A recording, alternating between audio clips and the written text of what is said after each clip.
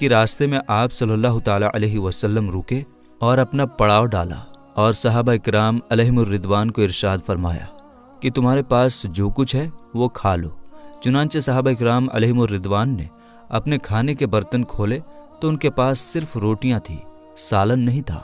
تو انہوں نے عرض کیا، یا رسول اللہ صلی اللہ تعالیٰ علیہ وسلم، ہمارے پاس تو سالن نہیں ہے۔ اتنے میں ایک شہد کی مکھی حضور اکرم صلی اللہ تعالیٰ علیہ وسلم کے پاس بھن بھنانے لگی۔ صحابہ کرام علیہم الرضوان نے پوچھا، یا رسول اللہ صلی اللہ تعالیٰ علیہ وسلم، یہ مکھی کیا کہہ رہی ہے؟ تو حضور اکرم صلی اللہ تعالیٰ علیہ وسلم نے ارشاد فرمایا کہ یہ مکھی کہہ رہی ہے کہ آپ کے صحابہ کرام علیہم الرضوان کے پاس سالن نہیں ہے، حالانکہ ہم نے پہاڑ میں ایک شہد کا چھتا بنایا ہوا ہے۔ چنانچہ آپ اپنے صحابہ کرام علیہم الرضوان کو بھیجیں تاکہ وہ شہد کا چھتا لا کر اس کے ساتھ روٹی کھا سکیں۔ سبحان اللہ۔ چنانچہ حضور اکرم صلی اللہ تعالیٰ علیہ وسلم نے حضرت مولا علی رضی اللہ تعالیٰ عنہ کو بھیجا۔ حضرت مولا علی رضی اللہ تعالیٰ عنہ وہاں پر گئے اور وہاں سے وہ شہد کا چھتا نچوڑ کر شہد لے آئے۔ چنانچہ تھوڑی ہی دیر گزری تھی کہ وہ شہد کی مکھی دوبارہ زور زور سے بھن بھنانے لگی۔ صحابہ اکرام علیہم الرضوان نے عرض کیا، یا رسول اللہ صلی اللہ تعالیٰ علیہ وسلم، اب یہ کیا کہنا چاہتی ہے؟ تو حضور اکرم صلی اللہ تعالیٰ علیہ وسلم نے ارشاد فرمایا، میں نے اس سے ایک سوال کیا ہے جس کا اس نے جواب دیا ہے، وہ یہ کہ میں نے اس شہد کی مکھی سے پوچھا کہ تم الگ الگ قسم کے پھولوں کا رس چوستی ہو جن کا سواد الگ الگ ہوتا ہے، کچھ میٹھے ہوتے ہیں، کچھ کڑوے اور کچھ کھٹے، تو یہ سب مل کر کس طرح سے ایک بہترین شہد میں بدل جاتے ہیں؟ تو اس شہد کی مکھی نے عرض کیا،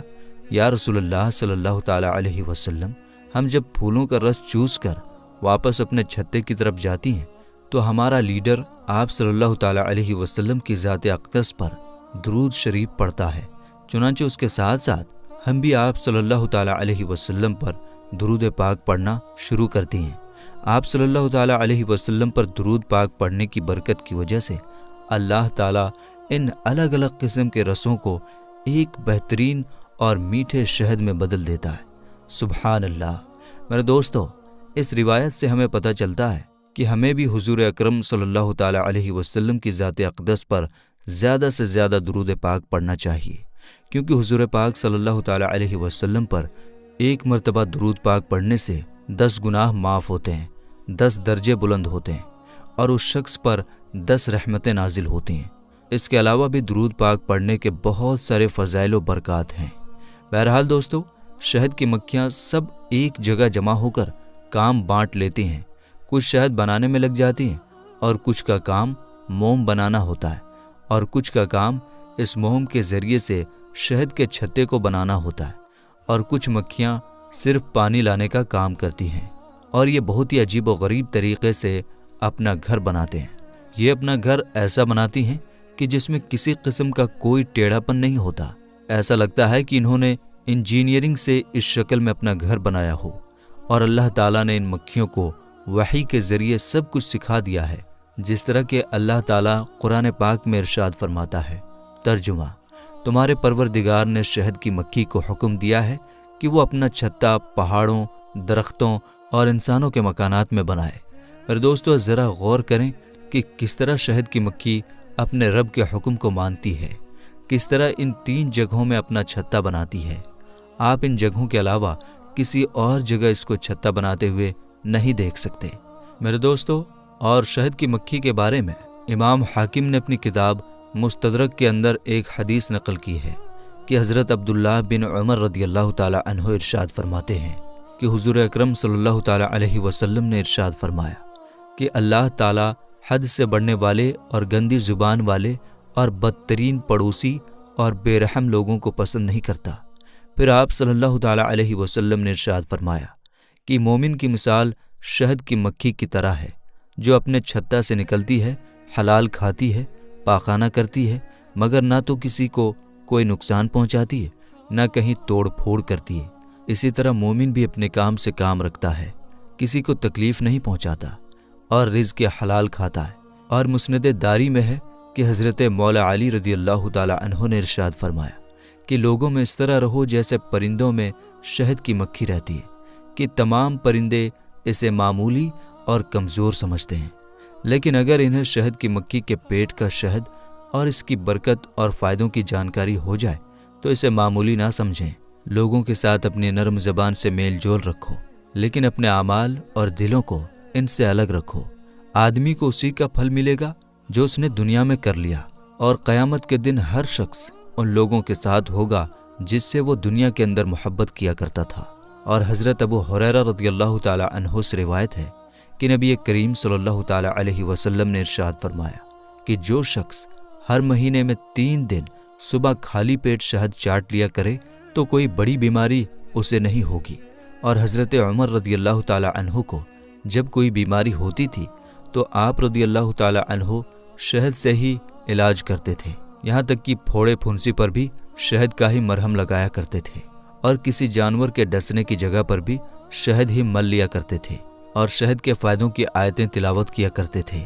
اور شہد کی مکھی کا حکم یہ ہے کہ شہد کی مکھی کو مارنا مکروہ ہے، کیونکہ حضور اکرم صلی اللہ تعالی علیہ وسلم نے اس کو مارنے کو منع فرمایا ہے۔ لہٰذا اسلام میں شہد کی مکھی کو مارنا مکروہ ہے، اور اسلام نے شہد کی مکھی کو کھانا حرام قرار دیا ہے۔ اور روایت میں آتا ہے کہ شہد کی مکھی کے علاوہ باقی تمام مکھیاں جہنم میں جائیں گی۔ باقی مکھیوں کا جہنم میں جانا عذاب کی وجہ سے نہیں ہوگا، بلکہ ان مکھیوں کو جہنم کے اندر جہنمیوں کو سزا دینے کے لیے اور ان کو تنگ کرنے کے لیے عذاب کے طور پر جہنم میں بھیجا جائے گا، اور صرف شہد کی مکھی ہی جنت میں جائے گی۔ میرے دوستو، اللہ تعالیٰ نے شہد کے اندر ان گنت فائدے رکھے ہیں۔ جس طرح کے حکیموں کا کہنا ہے کہ شہد گرم ہوتا ہے، بہترین شہد وہ ہے جو چھتے کی موم سے الگ نہ کیا گیا ہو، اور شہد قے میں اضافہ کرتا ہے، پیاس لگاتا ہے، اور شہد کے ذریعے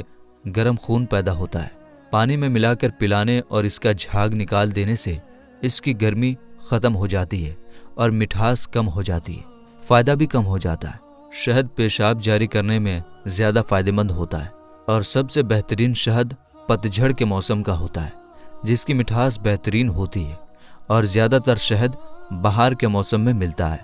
جس کا رنگ لال ہوتا ہے۔ اور حکیموں کا کہنا ہے کہ جو چیزیں جلدی سے خراب ہو جاتی ہیں جیسے گوشت وغیرہ،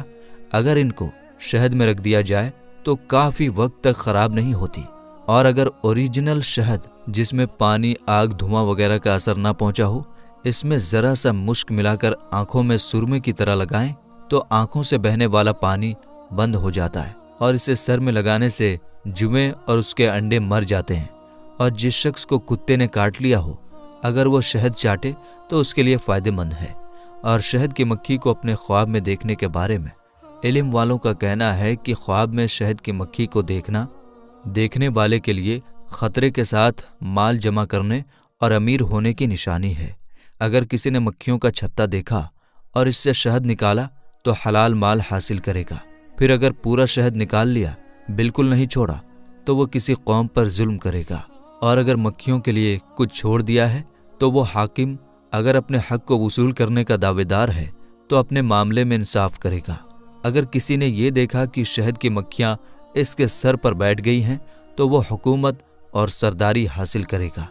اگر بادشاہ دیکھے تو وہ کسی ملک پر قبضہ کرے گا۔ یہی تعبیر مکھیوں کے ہاتھ پر بیٹھنے کی بھی ہے۔ کسانوں کے لیے شہد کی مکھیاں اچھی علامت ہیں، لیکن فوجی اور غیر کسانوں کے لیے جنگ کی نشانی ہے، کیونکہ مکھیوں کی آواز اور ان کا ڈنگ مارنا اس قسم کی چیز ہے۔ اور اگر کسی شخص نے شہد کو اپنے خواب میں دیکھا تو اس کی تعبیر حلال مال ہے جو بلا محنت و مشقت اسے حاصل ہوگا، یا کسی بیماری سے ٹھیک ہونے کی نشانی ہے۔ اللہ و رسول عالم، اللہ تعالیٰ اور اس کے رسول صلی اللہ تعالیٰ علیہ وسلم بہتر جانتے ہیں۔ میرے دوستو، ان تمام روایت سے ہمیں پتہ چلتا ہے کہ مکھی بھی اللہ تعالیٰ کی فرما برداری کرتی ہے، لہٰذا ہمیں بھی ہر معاملے میں اللہ تعالیٰ اور اس کے رسول صلی اللہ تعالیٰ علیہ وسلم کی فرما برداری اور پیروی کرنی چاہیے، اور ہمیں حضور اکرم صلی اللہ تعالیٰ علیہ وسلم کی ذات اقدس پر زیادہ سے زیادہ درود پاک پڑھنا چاہیے۔